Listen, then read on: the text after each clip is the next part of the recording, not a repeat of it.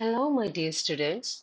Today's class we deals with a Charles Baudelaire poem, The Ideal. It's a part of a Block 2, Unit 1, European Literature in MA English. And here this poem, The Ideal, reflects poet's disdain for conventional beauty and his yearning for something more profound and powerful. So he rejects the conventional beauty and he wants something ethereal. He wants something more than realistic. That that's what he portrayed through this poem. First of all, we have to know something about the poet itself, Charles Baudelaire. Charles Baudelaire, born on April 9th, 1821, in Paris, France. His father, Joseph Francois Baudelaire, was a former priest and a civil servant who died when Baudelaire was 6 years old. Later, his mother, Caroline Opic, remarried a strict military officer, but it leads to a strained relationship between Charles Baudelaire and his stepfather. Regarding his education, he attended Lycée Louis Le Grand School in Paris, but he was excelled, expelled from the school because of his rebellious behavior, and at the same time, he is noted for his academic brilliance.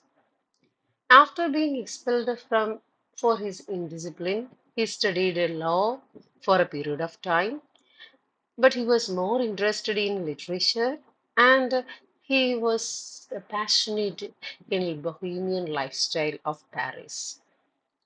Later, in 1841, Baudelaire's stepfather sent him to a voyage to India, hoping it would reform his lifestyle. The journey influenced his imagination and his later work, even though he didn't reach India. Upon returning to Paris, he received a small inheritance, which he quickly squandered on a luxurious and decadent lifestyle. Regarding his literary work and themes, Baudelaire is best known for his poetry collection Les Fleurs du Mal, that is known as Flowers of Evil. The current poem, the Ideal, as well as your previous poem, The Beauty, is taken from this poetic collection, The Flowers of Evil, published in 1857. This poetic collection explores the themes of beauty, decadence, and eroticism and mortality. His work often dealt with the tension between ideal and real, the beautiful and grotesque, and the sacred and profane. Baudelaire's poetry introduced the concept of modernity, focusing on the fleeting and ephemeral experiences of urban life. So he focused on the some nuances of modernity and he tries to explain what is ideal as well as what is the distinction between idealism and what is the distinction between how idealism is entirely different from realism. Okay, how the rural life is entirely different from urban life. So he depicts his experiences throughout his poems. Regarding his personal life, Baudelaire struggled with addiction to alcohol and drugs, particularly opium. He had a tumultuous love life with a significant relationship, including Jeannie Duell, his Haitian-born mistress, who inspired much of his poetry. So this lady, Jeannie Duell, inspired him to write large number of poems. That's why I included her name here. And regarding his later life, his health deteriorated in his later years due to syphilis, drug addiction, and financial difficulties. In 1866, he suffered a stroke that left him partially paralyzed and unable to speak. He spent the last years of his life in a nursing home in Paris. Charles Baudelaire died on August 31st, 1867, at the age of 46. He is considered one of the most important poets of the 19th century and a pioneer of the symbolist movement. Butler's work influenced later poets and writers, including Arthur Rimbaud, Paul Verlaine, and the modernist movement. So, even though he tried a voyage to India, but it didn't be a successful one, but he left here an amount of treasure on him, and he continued his Bohemian style and ended in a pathetic stage. Even though his moral life as well as his personal life is a degraded one, his literary work is considered as a contributing one to the successful writers. So the current poem, Ideal, it also deals with the conventional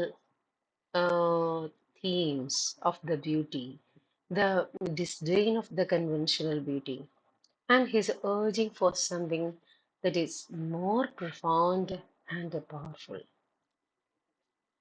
Here, I provide a line by line explanation of the poem. First of all, the poem is divided into 14 lines.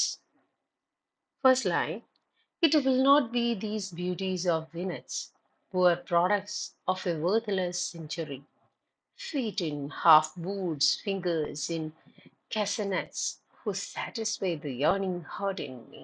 First stanza. It will not be these beauties of Venus. It will not be these beauties of Venus. Venus means decorative small things, decorative illustrations, or the small things that is called a Venus that we put in our showcases. So here in the first stanza he says, or Butler dismisses the delicate conventional beauties that are often depicted as small decorative illustrations. So he dismisses that these kind of a small decorative items does not have any kind of beauty. Vinets means small decorative item.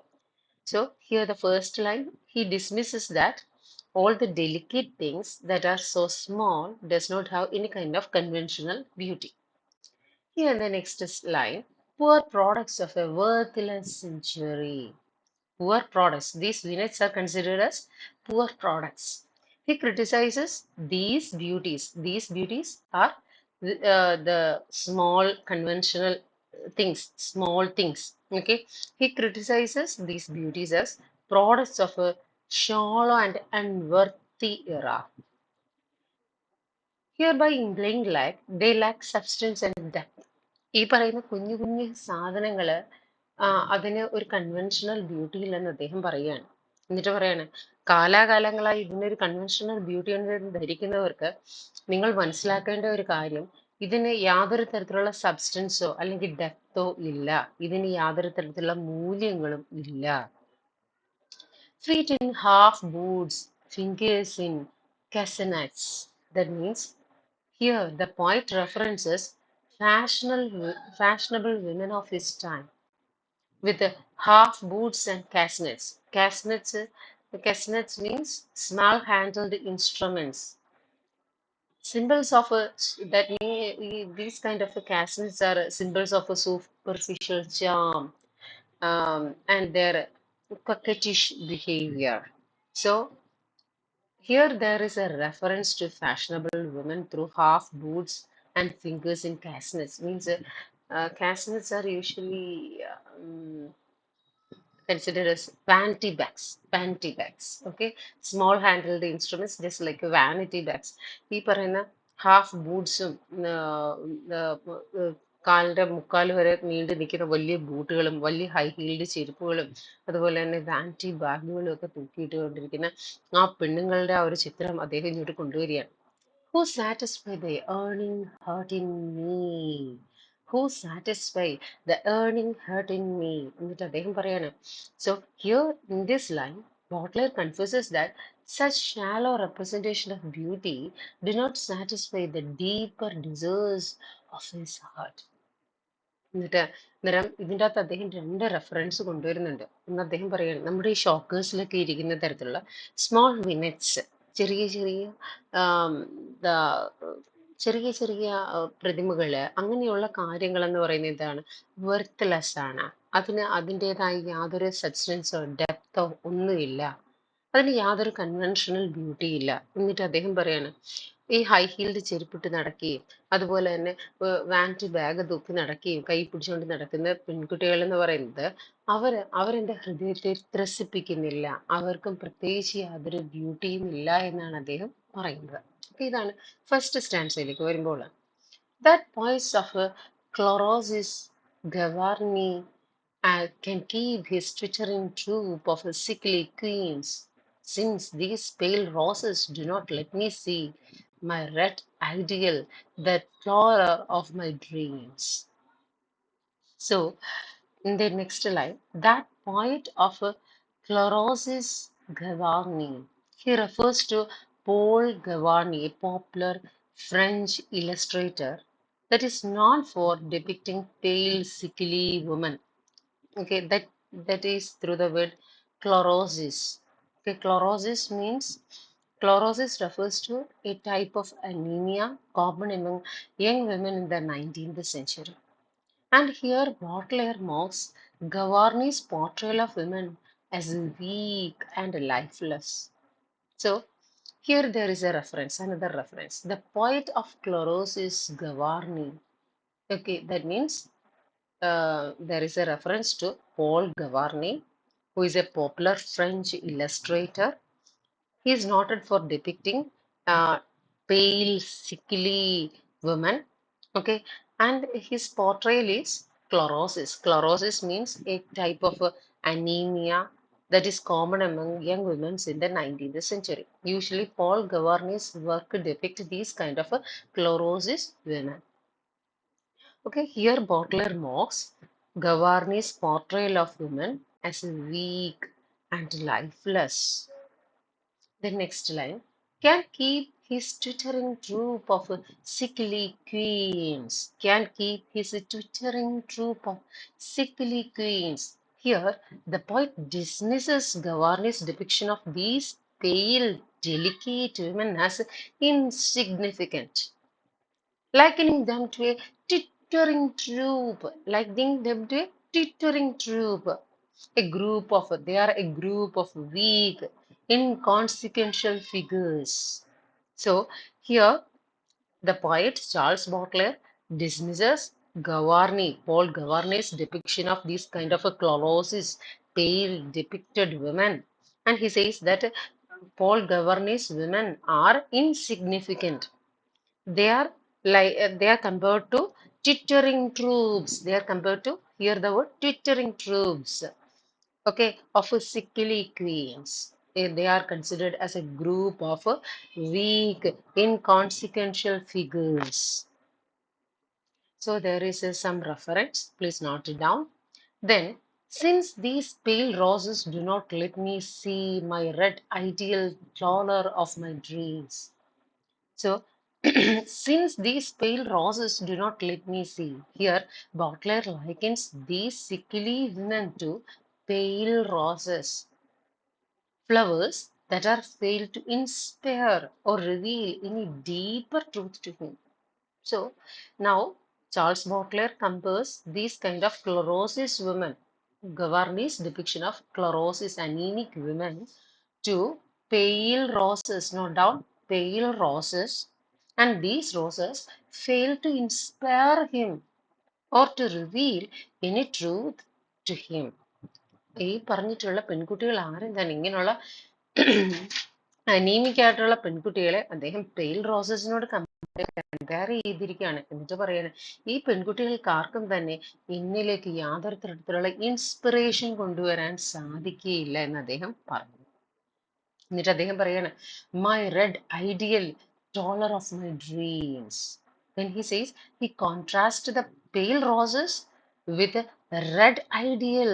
He contrasts the pale roses with a red ideal, red ideal that indicates a vibrant, powerful symbol of the beauty and that he truly deserves, something inspiring and full of life. So he compares Garwani's pale roses to his idealized one, red ideal ones. And he says that his red ideal flowers that are vibrant, powerful, symbolic representation of true beauty and true desire that he really wants is something that help him to inspire full of life. Then the next line he says, I need a herd abyssal in its depth. I need a herd abyssal in its depth. That means Butler longs for a herd that is deep and profound, full of complex emotion, full of complex emotions and passion. So here, first of all, Butler says he wants a red ideal. That means a red, vibrant, desireful passion. Then he says that Butler longs for a heart that is deep and profound. Abyss means deep and profound. It consists of full of complex emotions and passions. A soul confirmed in crime, Lady Macbeth. Here there is another reference to Shakespeare's drama Macbeth, a character, Lady Macbeth. Then he says he deserves a soul that is strong and dark, like Lady Macbeth from Shakespeare's play, whose ambition and guilt led her to commit terrible acts. Here in that play, നമ്മൾ ആ പ്ലേയിൽ നമ്മൾ കണ്ടതാണ് lady Macbeth തന്റെ ഹസ്ബൻഡിന് ആ ഒരു പദവി കിട്ടാൻ വേണ്ടി ആ ഒരു രാജാവിനെ കൊല്ലാൻ പോലും തീരുമാനിക്കുന്നത് അത്ര സ്ട്രോങ് ആയിട്ടുള്ള പവർഫുൾ ആയിട്ടുള്ള ഒരു ഡാർക്ക് ആയിട്ടുള്ള ഒരു ലേഡി ആയിട്ടാണ് നമുക്ക് മുമ്പിൽ ലേഡി മാക്ബത്തിനെ അവതരിപ്പിക്കുന്നത്. അന്നേരം അദ്ദേഹം പറയാണ് എന്റെ എന്റെ ഇമോഷൻസ് എന്ന് വെച്ച് കഴിഞ്ഞാൽ എങ്ങനെയാണ് വളരെയധികം കോംപ്ലക്സ് ആണ്. അതൊരു വളരെയധികം ഇൻഡെപ്ത് ഉണ്ട്. ഹേർട്ട് ആബിസിൽ അല്ലേ? അന്നേരം വളരെയധികം ഡെപ്ത് ഉള്ളതാണ്, കോംപ്ലക്സ് ഇമോഷൻസ് ആണ്. എന്റെ ഹേർട്ട് ഭയങ്കര ഡീപ്പാണ്, പ്രൊഫൗണ്ട് ആണ്. എന്റെ ഹേർട്ടിലുള്ള ഡിസേഴ്സ് എന്ന് വെച്ചാൽ വളരെ red ideal vibrant truly desires of ബ്യൂട്ടിയാണ്. എന്നിട്ട് പറയാൻ എന്റെ സോൾ എന്ന് വെച്ച് കഴിഞ്ഞാൽ it is a strong and dark. It's a strong and dark just like a lady Macbeth. Then അന്നേരം അവിടെ ഷേക്സ്പിയറിന്റെ റെഫറൻസ് വരുന്നുണ്ട്. Next Achilles' dream, storm born out of the south. Achilles' dream. He references Achilles. Achilles is an ancient Greek tragedian known for his intense dramatic works. Butler here seeks a vision as a powerful and as stormy as those found in Achilles' tragedies. So here in this line, Achilles' dream, storm born out of the south. Here is the reference to the ancient Greek tragedian Achilles. Please note it down. He is an ancient Greek tragedian Achilles who is noted for his intense dramatic works. And here, Butler seeks a vision as a powerful and stormy.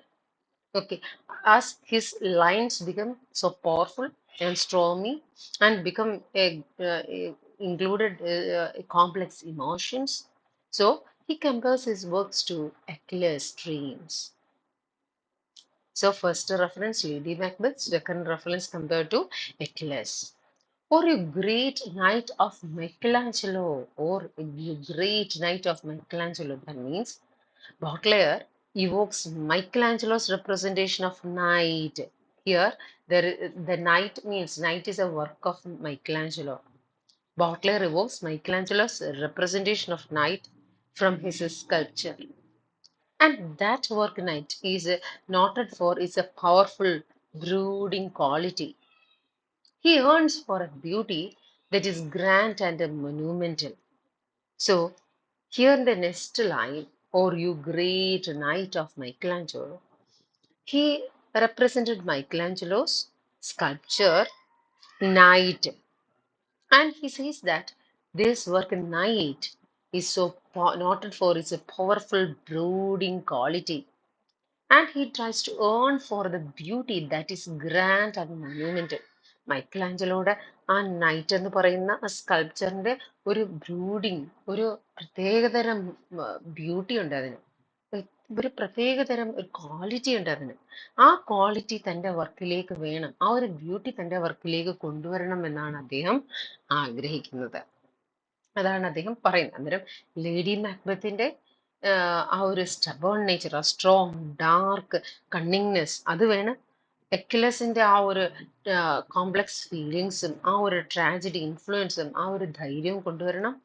അതുപോലെ തന്നെ മൈക്കലാഞ്ചലോടെ night എന്ന് പറയുന്ന സ്കൾപ്ചറിൽ അദ്ദേഹം കണ്ടിട്ടുള്ള powerful brooding quality അത് തൻ്റെ വർക്കുകളിലേക്ക് കൊണ്ടുവരണം. ആ ഒരു ബ്യൂട്ടി തൻ്റെ വർക്കുകളിലേക്ക് കൊണ്ടുവരണം എന്നാണ് പറയുന്നത്. അന്നേരം ഇതിലെല്ലാം നമ്മൾ കാണുന്നത് ബ്യൂട്ടിയുടെ പല വശങ്ങളെ പറ്റിയിട്ടാണ്. Who calmly twist in an exotic pose, who calmly twist in an exotic pose. Then he again admires the way Michelangelo's figures twist and turn in dynamic, almost otherworldly poses, embodying a powerful and exotic poses or exotic beauty. ഇപ്പം മൈക്കലാഞ്ചലോയുടെ പല ശില്പങ്ങളിലും ആൾക്കാർ pose ചെയ്തിരിക്കുന്ന ഒരു രീതിയുണ്ട്, ഒരു പ്രത്യേക രീതി. അത് മറ്റൊന്നിലും അദ്ദേഹത്തിന് കാണാൻ സാധിച്ചിട്ടില്ല. അത് വളരെ ഡൈനാമിക് ആണ്. അതിന് ഒരു ഒരു ethereal ആയിട്ടുള്ള ഒരു റെലവൻസ് അദ്ദേഹം കാണുന്നുണ്ട്. അതിനൊരു എക്സോട്ടിക് ബ്യൂട്ടി അദ്ദേഹം കാണുന്നുണ്ട്. ആ തരത്തിലുള്ള ഒരു പോസ് തൻ്റെ വർക്കിലേക്കും കൊണ്ടുവരാൻ കഴിഞ്ഞെങ്കിൽ അത് വളരെ ബ്യൂട്ടിഫുൾ ആയേനെ എന്നാണ് അദ്ദേഹം പറയുന്നത്. Those charms he fashioned for a Titan's mouth. Those charms he fashioned for a Titan's mouth. Finally, Baudelaire praises Michelangelo for creating figures with features so grand and majestic that they could be admired. Titans here refers to the gods of Greek mythology that is known for the immense power and stature. So those stamps he fashioned for a Titan's mouth. ആ ടൈറ്റൻസിന്റെ ആ ഒരു വർക്കുകളൊക്കെ ചെയ്യുമ്പോൾ Michelangelo എടുത്തിട്ടുള്ള ആ ഒരു effort ഉണ്ട്. ആ എഫേർട്ട് എന്ന് പറയുന്നത് വളരെയധികം ഗ്രാൻഡ് ആണ്, മെജസ്റ്റിക് ആണ്. അത് എത്ര അഡ്മയർ ചെയ്താലും മതിയാവില്ല.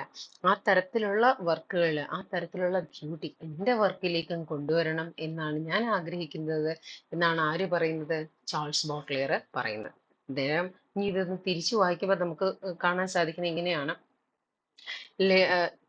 ഈ പറയുന്ന സാധാരണ കൺവെൻഷണൽ ആയിട്ടുള്ള ചിന്താഗതി എന്ന് പറയുന്നത് സ്മോൾ ബ്യൂട്ടി ഉണ്ടല്ലോ, സ്മോൾ വിനറ്റ്സ്, ഓക്കെ, അതൊക്കെ വളരെ ബ്യൂട്ടിഫുൾ ആണെന്ന് എല്ലാവരും ധരിക്കുന്നുണ്ട്. അതുപോലെ തന്നെ ഹാഫ് ബൂട്ട്സ് ഇട്ട പെൺകുട്ടികൾ അവർ കയ്യിൽ വളരെ കാസ്റ്റനറ്റ്സ് എന്ന് വെച്ച് കഴിഞ്ഞാൽ വാനിറ്റി ബാഗൊക്കെ തൂക്കി നടക്കുമ്പോൾ അതൊക്കെ വളരെ ബ്യൂട്ടിഫുൾ ആണെന്ന് ധരിക്കുന്നുണ്ട്.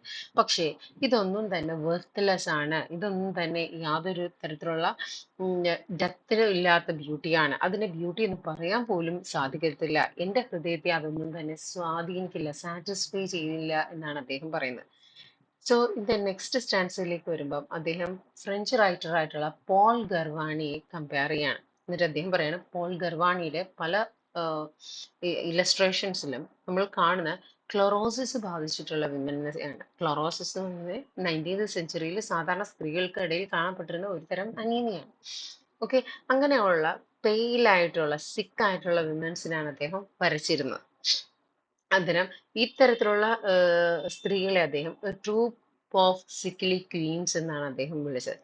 ഈ തരത്തിലുള്ള ട്രൂപ്പ് ഓഫ് സിക്ലി ക്വീൻസിനെ അദ്ദേഹം പെയിൽ റോസസ് എന്ന് അഡ്രസ് ചെയ്തു. ഇവരെ തനിക്ക് കാണേണ്ടെന്നും ഇവരെ തൻ്റെ വർക്കിലേക്ക് യാതൊന്നും കോൺട്രിബ്യൂട്ട് ചെയ്യുന്നില്ലെന്നും ഇവരെ എനിക്ക് ഇഷ്ടമല്ലെന്നും അദ്ദേഹം പറയുന്നുണ്ട്. എന്നിട്ട് അദ്ദേഹം കോൺട്രാസ്റ്റ് ചെയ്യുന്നത് റെഡ് ഐഡിയൽസിനോടാണ്. അദ്ദേഹത്തിന്റെ ഡ്രീംസിലുള്ള സിംബോളിക് ആയിട്ടുള്ള റെഡ് ഐഡിയൽ ബ്യൂട്ടിയോടാണ്. റെഡ് എന്ന് പറയുന്നത് വളരെ വൈബ്രന്റ് ആയിട്ടുള്ള കളറാണ്. അത് വളരെ ഡൈനാമിക് ആണ്, പവർഫുൾ ആണ്. ആ ഒരു റെഡ് ഐഡിയലിസം തൻ്റെ വർക്കിലേക്ക് എങ്ങനെ കൊണ്ടുവരണം എന്നാണ് അദ്ദേഹം പറയുന്നത്. അദ്ദേഹം പറയാണ് അദ്ദേഹത്തിന്റെ ഹേർട്ട് എന്ന് പറയുന്നത് വളരെ ഡെപ്ത് ഉള്ളതാണ്. അതിൻ്റെ അകത്ത് ഒരുപാട് കോംപ്ലക്സ് ഇമോഷൻസ് ഉണ്ട്. എന്നിട്ട് അദ്ദേഹം പറയാണ് അദ്ദേഹത്തിന്റെ സോൾ എന്ന് പറയുന്നത് അത് വളരെ ലേഡി മാക്ബത്തിനെ പോലെ തന്നെയാണ്. ഷേക്സ്പിയറിന്റെ വർക്കായിട്ടുള്ള മാക്ബത്തിലെ കഥാപാത്രമായ ലേഡി മാക്ബത്ത് എത്രമാത്രം സ്ട്രോങ് ആൻഡ് ഡാർക്ക് ആണെന്ന് അദ്ദേഹം അവകാശപ്പെടുന്നു. അതുപോലെ തൻ്റെ സോളും സ്ട്രോങ്ങും ഡാർക്കും ആകണം തൻ്റെ വർക്ക് എഴുതുമ്പോൾ. അതുപോലെ തന്നെ അക്കിലസ് ഗ്രീക്ക് ട്രജേഡിയനാണ്.